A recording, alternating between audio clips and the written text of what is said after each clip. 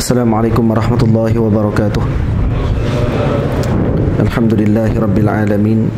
Wassalatu wassalamu ala asyrafil mursalin Sayyidina Muhammad ibn Abdillah Rasulil Amin wa ala alihi wa sahbihi ajma'in.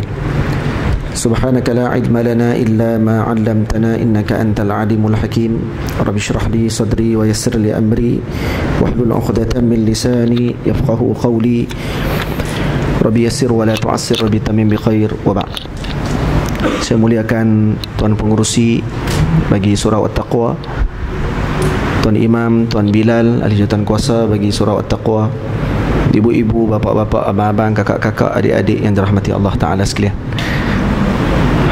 Pertama dan selamanya kita ucap syukur kepada Allah Subhanahu wa Ta'ala, kerana dengan izin Allah Ta'ala dan sekali lagi kita dapat bertemu pada malam ni. Setelah sekian lama yang saya tidak hadir ke sini, ni kali kedua saya di sini, kalau perasan lah. Hadirin yang dirahmati Allah Ta'ala sekalian, dia yang paling susah sekali kita nak bercakap bila paling pendek masa dibagi.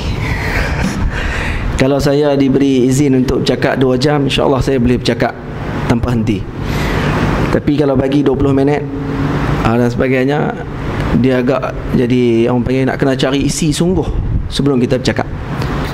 Syekh Sya'rawi rahimahullahu ta'ala, Fadilatul Syekh Sya'rawi, Mutawalli Sya'rawi, salah seorang ulama besar Al-Azhar Al-Sharif, meninggal tahun 1998. Beliau mengatakan, aku kalau diberi izin untuk bercakap selama 2 jam, aku boleh bercakap walaupun tidak diberikan tajuk sebelumnya.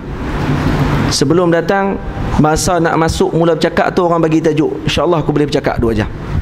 Dengan Al-Qurannya, dengan hadisnya akan dikeluarkan. Tapi kalau dia suruh cakap 15 minit, 5 minit, ini yang paling susah. Dan aku terpaksa untuk mengambil masa seminggu sebelum aku buat persediaan bercakap 15 minit. Nak beritahu apa ni? Nak beritahu kata khimah kalam dalam tempoh yang sedikit itu sangat padat dan perlu untuk mendapatkan kalam yang terbaik, hadirin sekalian. Dan Syekh Abdul Halim Mahmud rahimahullah, ketika mula-mula memberikan ucapan di Masjid Sayyidina Husain radhiyallahu an di Mesir, dalam ucapan berkaitan dengan Isra' dan Mi'raj. Jadi beliau diminta untuk bagi ucapan. Ramai ulama yang hadir pada malam tersebut, tapi yang bagi ucapan antaranya Syekh Abdul Halim Mahmud, Syekhul Azhar pada zaman tersebut.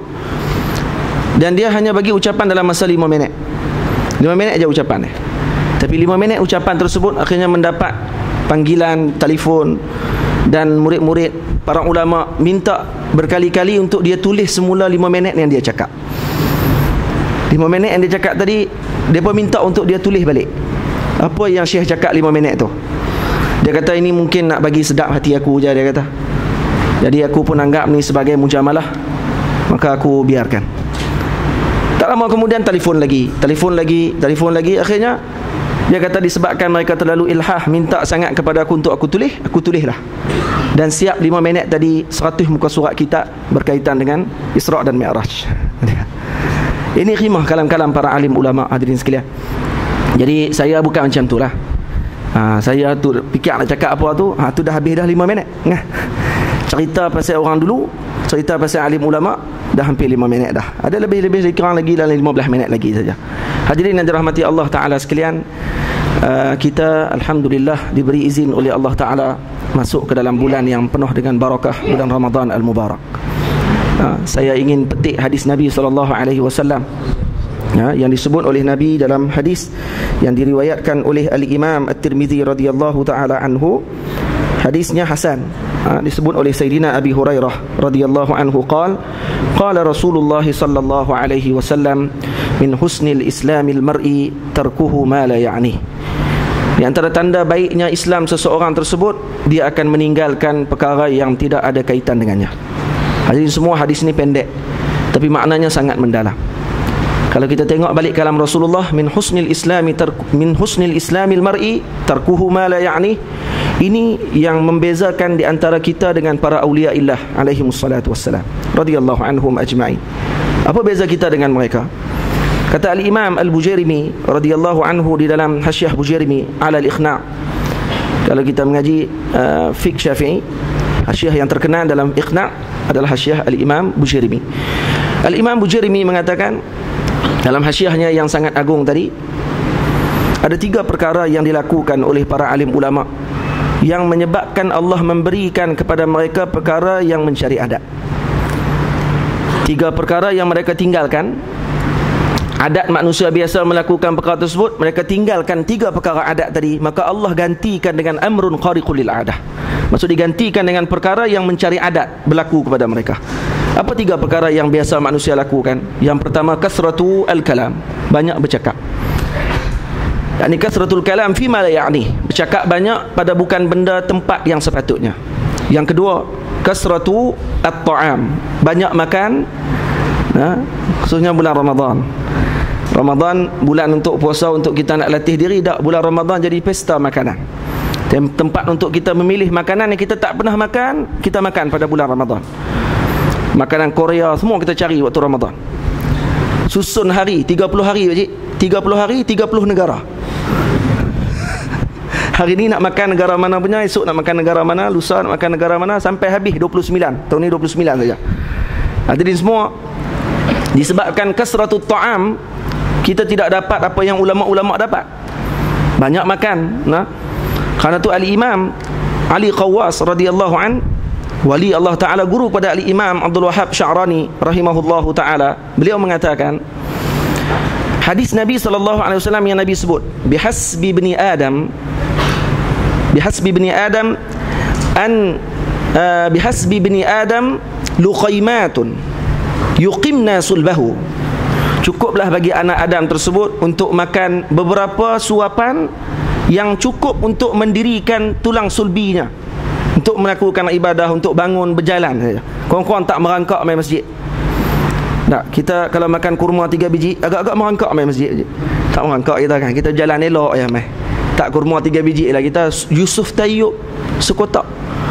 Hentam kan. Tayyub sekotak tu. Hadirin dirahmati Allah Ta'ala sekalian, Al-Imam Abdul Wahhab Sya'rani mengatakan bihasbi bani Adam luqaymat. Luqaymat tadi maksud dia apa dia? Bermaksud, kalau luqmah dalam bahasa Arab, luqmah yakni suapan, yakni bermula daripada 3 suapan ke 9 suapan. 3 ke 9 ini dipanggil luqmah. Luqaymat Al-Imam Ali Qawwas gunakan dengan Rasulullah SAW menggunakan dengan tasghir, dengan dikecilkan kalimah luqmah yang daripada 3 ke 9 suapan. Jadi nak abang kata lagi kurang daripada 9. Bermaksud Imam Ali Qawwas kata, kalau orang ni nak tengok dia ni nak dapat fadilat lapar ataupun tidak, dia makan hanya sehari semalam kurang daripada 9 suapan. Kita nasi makan 1 wajbah, 1 kali makan tu saja, berapa dah suapan kita? 3 pinggan. 3 pinggan kalau 1 suap, 1 pinggan dah 15 kali suap. Tak ke 45 kali suap dah. Lebih dah pada 9 makcik. 9 kali 5. Nak dapat fadilat lapar macam mana?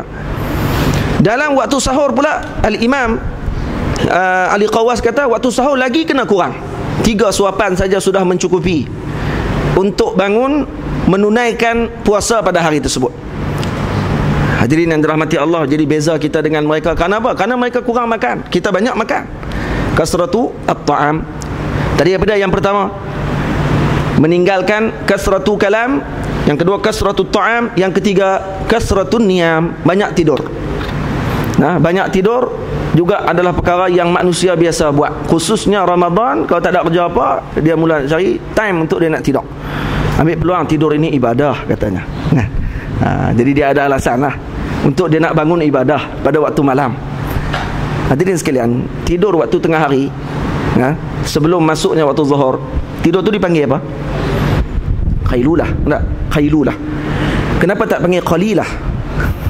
Qalilah kan sikit. Tak ditasghirkan, khailulah. Sedikit, yang sangat sedikit. Maksudnya apa dia? Sikit pun dah cukup dah. Tidur letak kepala 5 minit dah boleh dah untuk bangun malam. Hak ni yang digunakan oleh Imam Ali Qawwas. Kata cukup 3 suapan waktu makan pagi, dah cukup dah untuk puasa pada hari tersebut. Tapi kita makan berapa? Kita rasa 3 pinggan lah baru boleh puasa hari ni. 3 pinggan. Hadirin sekalian, disebabkan 3 benda ni, disebabkan 3 perkara yang dilakukan oleh manusia biasa, mereka tinggalkan perkara tersebut, ini adat manusia biasa, maka Allah gantikan dengan perkara yang luar biasa kepada mereka. Karena dalam bulan Ramadan kita tengok para alim ulama sangat menumpukan waktu tersebut, dan kita tengok suasana yang sangat ajaib yang berlaku kepada alim ulama. Tapi ceritanya dalam kitab. Kalau buka kitab kita akan jumpa cerita-cerita mereka. Bangun malam mereka macam mana? Al-Imam Abu Hanifah rahimahullah satu malam bangun 1000 rakaat. Al-Imam Ahmad radhiyallahu an 1000 rakaat satu malam. Imam Ahmad, nah, 1000 rakaat. Waktu sakit kurang sikit, 500 rakaat. Waktu dia demam sakit 500 rakaat. Tu waktu sakit. Kita waktu demam, waktu tak sakit, waktu apa semua 2 rakaat pun susah. Nah, kita bangun malam, astaghfirullahalazim. Ha, tu ya jadilah. Tidak balik ingat. Dalam hadis, nah, Sayyidina Al-Imam Al-Ghazali radhiyallahu taala anhu, Al-Imam Al-Ghazali meriwayatkan dalam kitabnya Ayyuhal Walad, dia cerita di bawah arasy Allah Subhanahu wa taala setiap malam akan diseru, ada beberapa seruan. Yang pertama diseru, suara tersebut akan menyeru, ainal qaditun, mana orang-orang yang taat kepada Allah. Maka orang-orang yang dipilih oleh Allah pada malam tersebut untuk melakukan taat akan bangun pada malam tu. Bila Allah Ta'ala kata ainal qanitun, yang qanit pada malam tersebut akan bangun. Kemudian akan ditanya lagi, ainal mustaghfirun, mana orang-orang yang mohon ampun kepada Allah, nak mohon ampun pada aku pada malam ni. Maka akan bangunlah orang-orang yang akan beristighfar pada malam tersebut. Kemudian akan ditanya lagi, aina Allahumma salli ala sayyidina musallun, mana orang-orang yang bangun malam sembahyang, maka akan bangun orang yang bangun malam. Akhir sekali akan disebut ainal ghafilun, mana orang-orang yang lalai, maka akan bangunlah mereka solat subuh pada pagi tersebut. Maksudnya apa dia? Yang solat subuh masih digelar lagi ghafilun. Hak tak sembahyang langsung macam mana? Pi kerja boleh pi awal, subuh payah nak bangun. Boleh. Sebab apa? Sebab takut bos marah depan mata. Tapi dia tak nampak bos yang lagi besar nanti akan marah ketika di akhirat nanti. Hadirin dan rahmati Allah Subhanahu wa taala sekalian. Jadi kata ulama, di antara tanda orang tersebut dijauhkan oleh Allah Ta'ala daripada rahmatnya, Allah akan sibukkan dia dengan perkara yang tidak layak baginya. Sebab tu saya baca hadis min husnil islami mar'i tarkuhu ma la ya'ni, termasuk juga dengan jangan banyak makan, jangan banyak tidur, jangan banyak bercakap benda yang tidak berfaedah. Karena kalau kita buat benda ni, kalau kita lakukan perkara ni, kata ulama, disebut oleh Nabi SAW, antara tanda seseorang tadi akan dijauhkan daripada rahmat Allah dan Allah akan berpaling daripadanya, tidak akan memberi rahmat kepadanya, adalah Allah akan menyibukkan dia dengan perkara-perkara yang tidak layak baginya. Al-Imam Hassan Ibn Sinan radhiyallahu an pernah satu hari berjalan di satu jalan, kemudian dia tengok ada satu rumah. Dia lalu jalan tu tengok, bila rumah ni buat?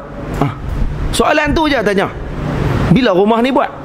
Dia kata, ya nafs, wahai nafsu, kamu telah bertanya soalan yang tidak patut kamu tanya. Tu bukan patut kamu tanya bila rumah ni buat, bila rumah ni tak buat, bila rumah ni runtuh, mampu pikat dia.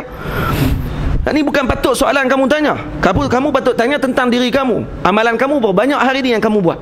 Nah, ni kamu tanya ni rumah ni bila buat? Oi, cantiknya rumah dia. Dia ambil duit mana? Tu semua soalan kan? Adakah soalan tu wajib untuk dijawab? Dia kata, wahai nafsu, disebabkan kamu tanya soalan yang tidak layak bagi kamu, maka aku ta'aqib, aku iqabkan diri kamu, aku iqabkan jiwaku ini dengan berpuasa setahun. Itu dia. Hanya kerana soalan tu tadi. Hadirin yang dirahmati Allah, ini bezanya kita dengan ulama-ulama. Bukan orang surau At-Taqwa lah, bezanya orang surau lain. Dengan apa ni, tempat apa ni, dengan para alim ulama, wali-wali Allah Ta'ala. Saya rasa sekat tu dululah, tak boleh panjang-panjang. Dia cakap pendek-pendek aja. Dia biar dengar, tapi lepas tu kita beramai terus lagi elok, daripada kita dengar panjang-panjang, lepas tu apa beramai apa pun tak, lepas tu tak faham apa. Faham no? Saya cakap malam ni, saya cakap Kedah, faham no? Faham, insyaAllah. Jadi insyaAllah kita akan temu lagi pada masa akan datang. Saya rasa cukup dah kot 20 minit. Dan ni yang paling susah untuk saya nak cakap waktu bulan Ramadan ni, sebab mereka bagi masa kat saya 20 minit, 25 minit, 30 minit. Ni paling susah bagi hidup saya. Tapi kalau saya mereka suruh buka kitab, tak apa, 5 jam pun insyaAllah saya boleh duduk baca ikut suka saya lah kan. Nak syarah kod mana, syarah kod ni, syarah kod ni, ikut suka saya. Tapi kalau nak suruh syarah 20 minit, tadi dalam kereta adik saya je tahu, dia bawa kereta, dia tahu nak cakap, saya duk kata nak cakap apa malam ni. Tapi alhamdulillah adalah kitab-kitab, buka sikit je, tapi syarah kod lain juga.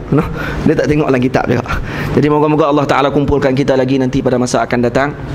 Allah Ta'ala akan kumpulkan kita bersama-sama di dalam taman-taman syurga Allah Ta'ala, insya-Allah, dan jadikan kita di kalangan orang-orang yang mana dipilih oleh Allah untuk keluar daripada madrasah Ramadan ini sebagai orang-orang yang benar-benar berpuasa dan mendapatkan fadilat Ramadan, insya-Allah. Aqulu qawli hadza astaghfirullahal azim li wa lakum. Assalamualaikum warahmatullahi wabarakatuh. Sebelum tu hadirin dimati Allah Ta'ala sekalian, saya wakil daripada Matis Ma'tafiz Imam Syafi'i, mudir Ma'tafiz tadi minta tolong saya ada bawa borang. Jangan, ni bukan borang jual tahlil, no? Lagi depa heboh dalam Facebook, borang jual tahlil. Ni bid'ah dalalah katanya. Ni bukan jual tahlil. Ini ada borang yang siapa-siapa nak menyumbang untuk Ma'tafiz Imam Syafi'i, saya ada borang bagi belakang. Kita akan bahagi, saya akan bagi kepada pihak yang berwajib, Abang Sanusi kan, untuk Abang Sanusi serah kat siapa-siapa yang berwajib untuk boleh ambil dan tengok. Dan pelajar-pelajar Ma'tafiz Imam Syafi'i ni yang terkenal tu, yang selalu qasidah dalam dengan UNIC apa semua tu, ya Hanana apa semua tu kan, dalam YouTube. Jadi budak-budak ni tiap-tiap hari akan baca daripada mula 1 Ramadan sampai 27 Ramadan, baca Quran 30 juzuk setiap hari. Jadi akan dibahagikan 30 juzuk. Dan kemudian akan buat selawat tafrijiyah 4444 kali. Selawat ni dapat ijazah daripada para ulama. Dan selawat tafrijiyah ni yang ditulis oleh Al-Imam Ali Zainal Abidin rahimahullah. Dan kemudian ada lagi lah beberapa benda yang mereka lakukan, amalan yang dibuat, ratib haddad dan sebagainya, untuk dibacakan dan dihadiahkan kepada nama-nama orang-orang yang kita ingin hadiahkan amalan tersebut. Jadi amalan ini adalah perkara yang sunnah dan tidaklah berlaku bid'ah, dan disebut oleh ulama, dan ini bukan tempat untuk kita syarah perkara tersebut. Para masyayikh, ulama-ulama ramai datang ke sini. Jadi saya yang kerdil ni tak perlu nak syarah lah benda tu. Ma'ruf dah, dengan al-ma'ruf la yu'arraf. Perkara yang dah diketahui tak perlu untuk diperketahuikan lagi. Tu kita syarah tu cuma tu.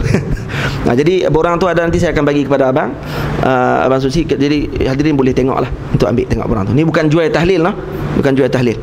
Tahlil RM50 sekepala dak. Ni ada nombor bank kat belakang tu, boleh derma sendiri. Saya cuma tinggalkan borang aja. Wallahu a'lam bissawab. Minta maaf banyak-banyak silap dan salah. Yang baik daripada Allah Subhanahu wa taala, yang lemah daripada diri saya sendiri. Hakikatnya kedua-duanya daripada Allah. Cuma Allah sandarkan kepada saya yang hina dan lemah ini untuk menunjukkan keagungan dan kekuasaan Allah Taala. Jadi saya ucap terima kasih banyak kepada AJK kerana sudi untuk jemput saya pada hari ini. Moga-moga kita dapat bertemu lagi pada masa akan datang. Wassalamualaikum warahmatullahi wabarakatuh.